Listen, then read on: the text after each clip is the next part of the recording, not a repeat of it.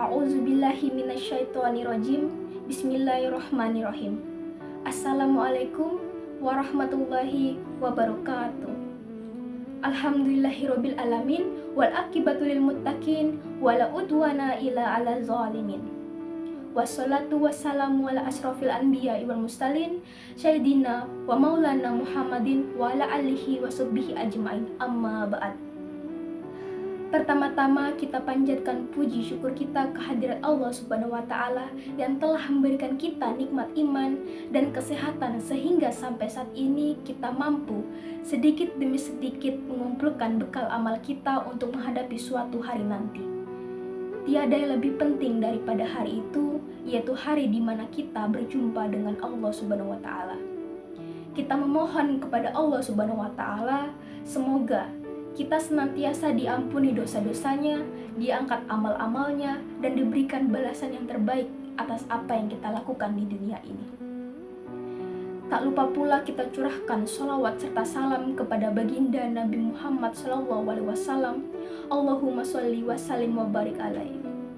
Manusia mulia yang senantiasa kita rindukan perjuangannya.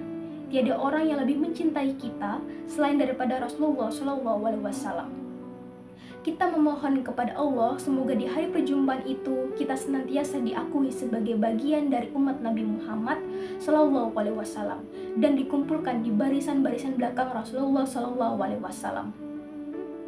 Hadirin yang dimuliakan Allah Subhanahu wa Ta'ala, izinkan saya, Adinda Nugrahani, menyampaikan tausiah dengan judul Ikhlas, mudah diucapkan tapi sulit untuk dilakukan. Beberapa orang mungkin mengatakan bahwa sabar dan ikhlas terlihat seperti pinang dibelah dua. Namun di antara keduanya berbeda. Sabar ada di saat kita menunggu keputusan Allah Subhanahu wa Ta'ala. Sedangkan ikhlas adalah sikap melakukan segala perbuatan hanya untuk Allah dan juga menerima apapun yang diputuskan oleh Allah. Saya mulai dengan sebuah cerita. Dikisahkan, satu waktu Nabi Muhammad SAW sedang berkumpul bersama para sahabat dalam satu majelis. Tiba-tiba ada seorang jamaah yang bangun dan bertanya, "Rasulullah, aku ingin bertanya sesuatu." Rasulullah menjawab dengan ramah, "Silahkan, apa yang ingin kau tanyakan?" Dengan sikapnya agak tegang, sang sahabat itu pun bertanya dengan rasa penasarannya, "Siapakah di antara kami yang akan masuk surga ya Rasulullah?" Beberapa sahabat pun kaget dengan pertanyaan itu, karena dianggap mengandung unsur ria dan ujub bangga terhadap diri sendiri serta tidak pantas untuk dipertanyakan. Ada juga beberapa sahabat yang marah terhadap pertanyaan itu. Salah satunya yaitu Umar bin Khattab yang memang terkenal karena garangnya. Umar pun langsung berdiri dan mengeluarkan pedang dari sarungnya untuk menebas kepala sang penanya. Namun Rasulullah segera memberi isyarat kepada Umar untuk duduk kembali dan Umar pun kembali duduk. Jika Rasulullah tidak memberi isyarat, mungkin kepala orang itu sudah terbang. Rasulullah tersenyum mendengar pertanyaan itu dan kemudian beliau menjawab, "Kalian semua lihatlah ke pintu. Sebentar lagi sang penghuni surga itu akan muncul." Setiap mata sahabat pun langsung menuju ke arah pintu tersebut. Dan terasa dak-dikduk hatinya menunggu kedatangan orang-orang itu. Tidak lama kemudian datanglah seorang pemuda sederhana yang mengucap salam, lalu menggabungkan dirinya ke dalam majelis. Para sahabat ini bingung, apa kehebatan pemuda ini? Karena sosok pemuda ini hanya seperti pemuda biasa yang pemalu, tidak termasuk dari daftar golongan sahabat dekat Rasulullah. Mereka dengan sabar menunggu penjelasan dari Rasulullah. Rasulullah memberi alasan. Setiap gerak-gerik dan langkah pemuda itu hanya ia ikhlaskan, semata-mata mengharapkan keridhaan dari Allah Subhanahu wa Ta'ala. Itulah yang membuat Allah suka dan ridho kepadanya. Para sahabat kaget dan tersentak karena banyak yang merasa bahwa segala amal perbuatan selama ini terkadang tidak semata-mata hanya karena Allah, namun diniatkan untuk hal lainnya. Itulah ikhlas. Allah Subhanahu wa Ta'ala berfirman dalam Quran surah Al-An'am ayat 162 yang artinya, "Sesungguhnya sholatku, ibadahku, hidupku, dan matiku hanya untuk Allah, Tuhan semesta alam." Ikhlas adalah intisari dari keimanan seseorang dan kualitas tertinggi dari kemurnian hati. Karena segala sesuatu yang dikerjakan adalah murni karena Allah dan hanya untuk Allah. Dalam setiap perbuatan, hal yang pertama kali yang harus kita lakukan adalah bertanya kepada diri kita sendiri. Apakah niatnya benar-benar ikhlas untuk Allah atau ada niat lain di belakangnya? Rasulullah bersabda, "Innamal a'malu binniyat wa innamal likulli imrin ma nawa," yang artinya, sesungguhnya segala amal perbuatan itu bergantung kepada niatnya dan setiap orang akan mendapatkan balasan tergantung pada niatnya. Kalau kita melakukan perbuatan hanya dengan niat karena Allah, maka keridhaan Allah akan kita dapatkan.